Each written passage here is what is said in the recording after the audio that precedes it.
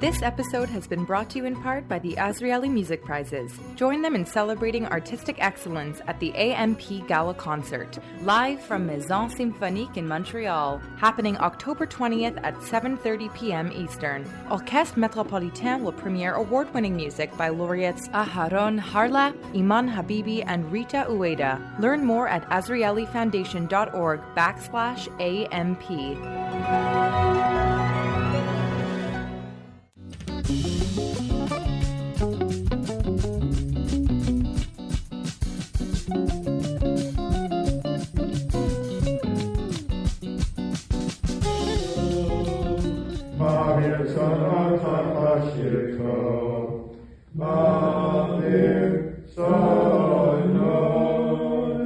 That's what it sounded like inside the Temple Sons of Israel Synagogue in Sydney, Nova Scotia during Rosh Hashanah services. There was no electricity, trees were down outside the historic building, it was cold and wet. But with the rabbi who'd already made it in from Halifax and a cantor who'd flown in from Israel, about 30 Jews in Sydney decided to brave the devastation in their region and hold high holiday services anyway. The audio comes from Shayna Strong of nearby New Waterford. Her family was there in shul. They decided to tape a snippet of the services to remember the Jewish New Year of 5783 because it arrived as the region was slammed by one of the largest catastrophic events in history to hit Atlantic Canada, according to one insurance expert's report. A post-tropical storm from Hurricane Fiona hit Shayna Strong's house early Saturday morning. Winds were reported of up to 170 kilometers an hour in some areas and about 7 inches of rain. And you've all seen the images from Newfoundland and elsewhere where people were washed out to sea. I have to honestly say I was scared. I didn't think I was. I was like, oh, it's a storm. Everybody loves a good storm. This one was... It was something I've never experienced before. And obviously, because now they're saying this is the hardest hit, this is the biggest category that we've ever had land in Canada. I'm Ellen Besner, and this is what Jewish Canada sounds like for Wednesday, September the 28th, 2022. Welcome back to the CJN Daily, a podcast of the Canadian Jewish News sponsored by Metropia.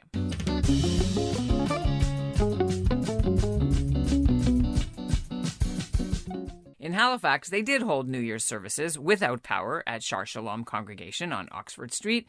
But in PEI, with no power and trees down all over Charlottetown, the Jewish community decided it was safer for people to stay home, so services were cancelled.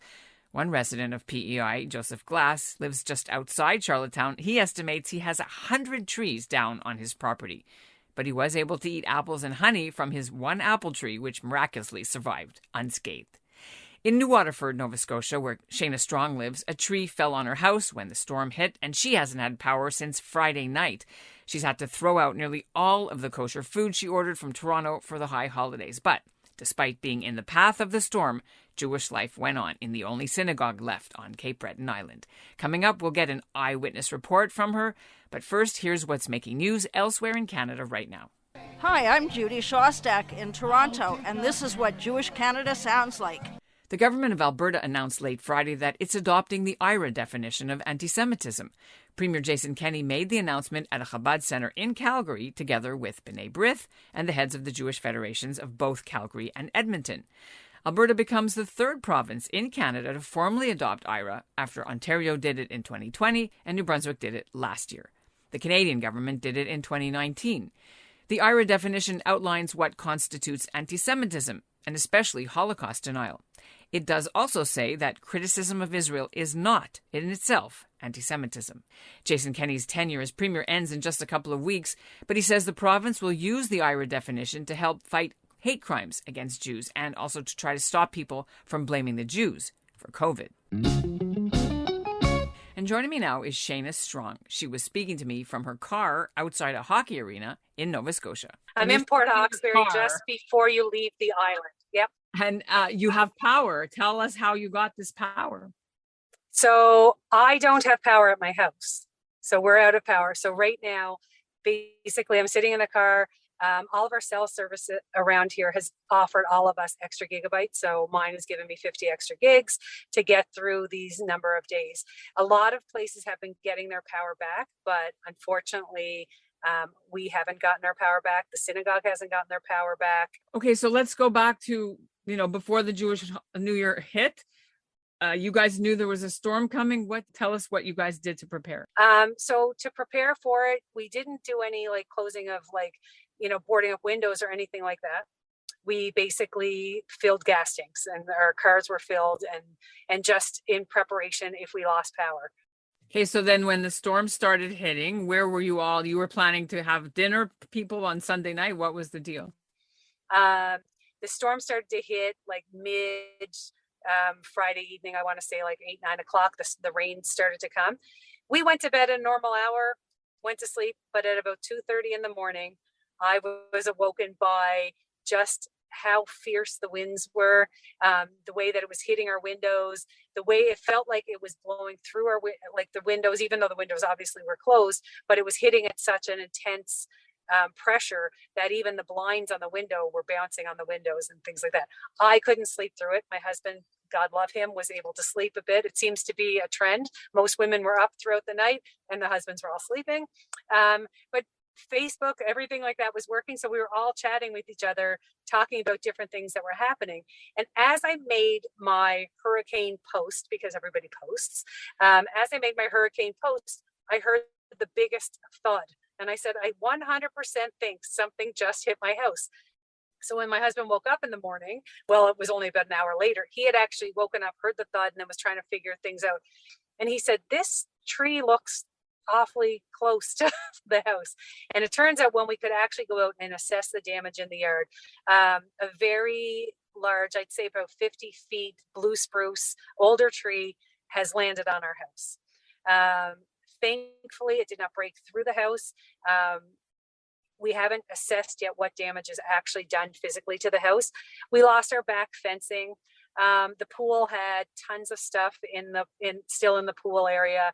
We're not sure about the liner. We do believe at this point that we may be having some sort of a plumbing issue, but we are kind of trying to keep things at bay right now, trying to make sure that it can be assessed by the insurance company. So for the most part, that's the damage. And then we're now on 86 hours of no power. So we've lost everything in our refrigerators and freezers as well. And your kids are safe? Kids are safe. We actually, once it calmed down, we were able to go and drive and pick them up because everybody wanted to see the devastation. And I'm telling you, I didn't expect the devastation that we saw. Cape Breton is, fruitful in trees and foliage and things like that. And then around our synagogue are a lot of the older, bigger homes, but also the very big oak trees and large trees. And most of those uprooted and have blocked off all of the roads everywhere. So we fortunately left our house yesterday and went and stayed at a hotel. Just because we've lost the power, we've lost everything. And because gas is so scarce here, we decided that we would stay at a hotel in Sydney. So if nothing else, we could walk to synagogue because we could have day services, but we couldn't have night services because there's no power there. So tell me, you said services. First of all, was there any damage to the synagogue? This is the Sons of Israel, right, in Sydney? Yeah, so amazing. No damage to the synagogue at all. Nothing has touched the synagogue. About 25 feet past the synagogue, the road is still blocked, but the synagogue is on. What was the plan for services before the storm hit for Sydney? So we brought in a cantor from Israel. So he arrived in Halifax on Thursday and post-storm drove down with my uncle who had arranged everything on Sunday morning. So he's at the hotel as well. Everybody, so we had about 30 people, my brother and sister-in-law and family and her parents were supposed to come this weekend. All flights are canceled right now, but so we needed kosher food because we had the cantor and hopefully the rabbi at least starting with us. So she flew in. We both used to work for WestJet. She flew in and I drove up to Halifax to meet her. So for anybody that needs to know, that's 4.5 to 5 hours away from where I live. I drove up to meet her. The rest of the family was to come 2 days later. But we were getting all these warnings that flights could be canceled, things like that. So she turned around and went back to Toronto but brought me all the food. So I had brought all the food home. So we were supposed to originally have 30 people for dinner on Sunday evening before services. And it turned out that I did have some cousins that drove down from Toronto. So they were there. I have two older aunts that live here who are like my like grandmothers to my children. So they came, and my uncle who had brought the cantor in, they came for dinner. And we started out where it was nice and bright and it was great. And then slowly we needed to take out the lanterns, and then we needed to turn the cars on so that people could see to walk to the cars, because it is pitch black here. We couldn't have services Sunday night. We couldn't have the start of services because there's no power at the synagogue. And so there would be no way for them to be able for us to do it. So we've had the daily services, the 2 daytime services, absolutely freezing inside the synagogue, but we were there.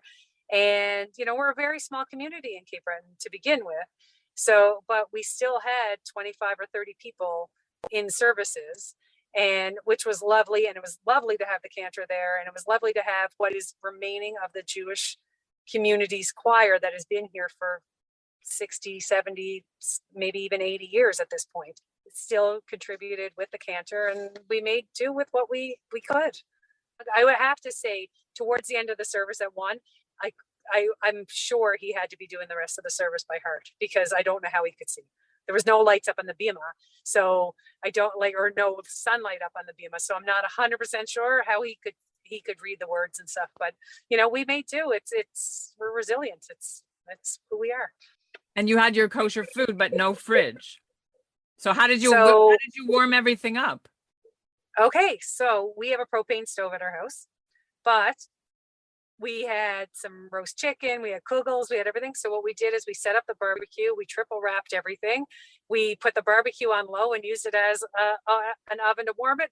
And you asked me and this is one thing I did prior to the storm that I forgot. I cooked a turkey prior to the storm. And then because we had the propane stove, I made turkey soup. Yeah. How scary was it for you? I mean, you said you woke up in the middle of the night, but what was it like to hear this stuff? It was the creaking of the house and the noises that were coming with it, the fierceness on the window. Like, we have a very large picture window too, and I sat in that room while Darren was asleep, and I sat there and I thought, I considered at one point taping the window. You know how sometimes when you're moving, you put tape on the window and try to protect like the center of it. And I was like, seriously, I have no idea if this window goes through. I seriously have no idea what we do next. I don't even know how we would block it. I don't know how we would hold it. Nothing would hold with that wind. We fortunately, everything else has stayed intact. We're happy. We're healthy. The boys would like a little bit more, light in the evening, and they'd like access to their video games and things like that. But yeah, you are the community builder leader at Chase the Ace, very volunteer oriented. We know how many things you have your fingers in. And so what's next? Like, what needs to be done, and what, if anything, do you need help with? I don't think we really do. Like I said, we were very fortunate to be able to get a hotel room, because a lot of people weren't able to leave their houses. But through, Jewish connections, we were able to get a room that could keep us nice and warm, and we could have warm showers, and, the hotel got their power back, and we could eat. So we were very fortunate in that sense. We were able, if you have patience, to be able to sit at a gas station for 2 hours, you can, right?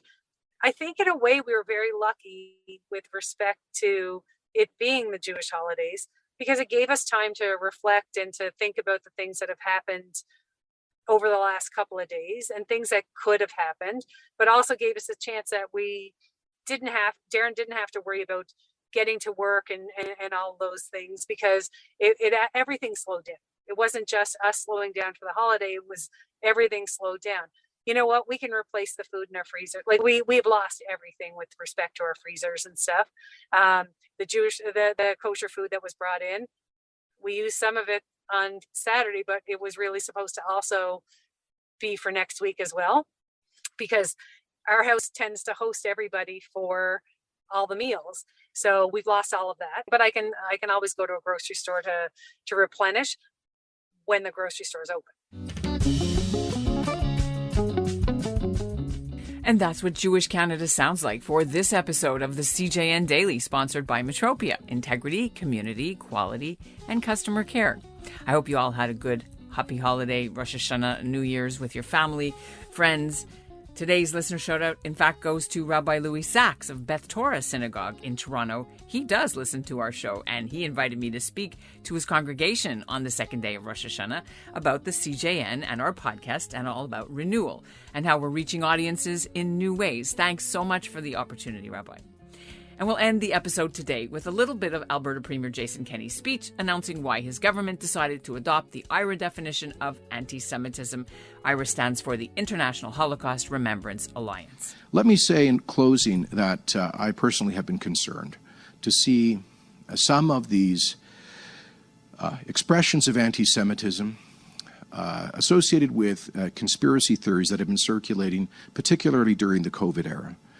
Once again, always seeking to blame and scapegoat villains, and too often I've seen implicitly or explicitly the Jewish community brought into the frame of those conspiracy theories. This is an opportunity with the adoption of this definition for us all to remind ourselves that as citizens of this great democracy, we have a responsibility to call out hatred in all of its forms, but particularly in the most ancient and durable form of hatred of anti-Semitism.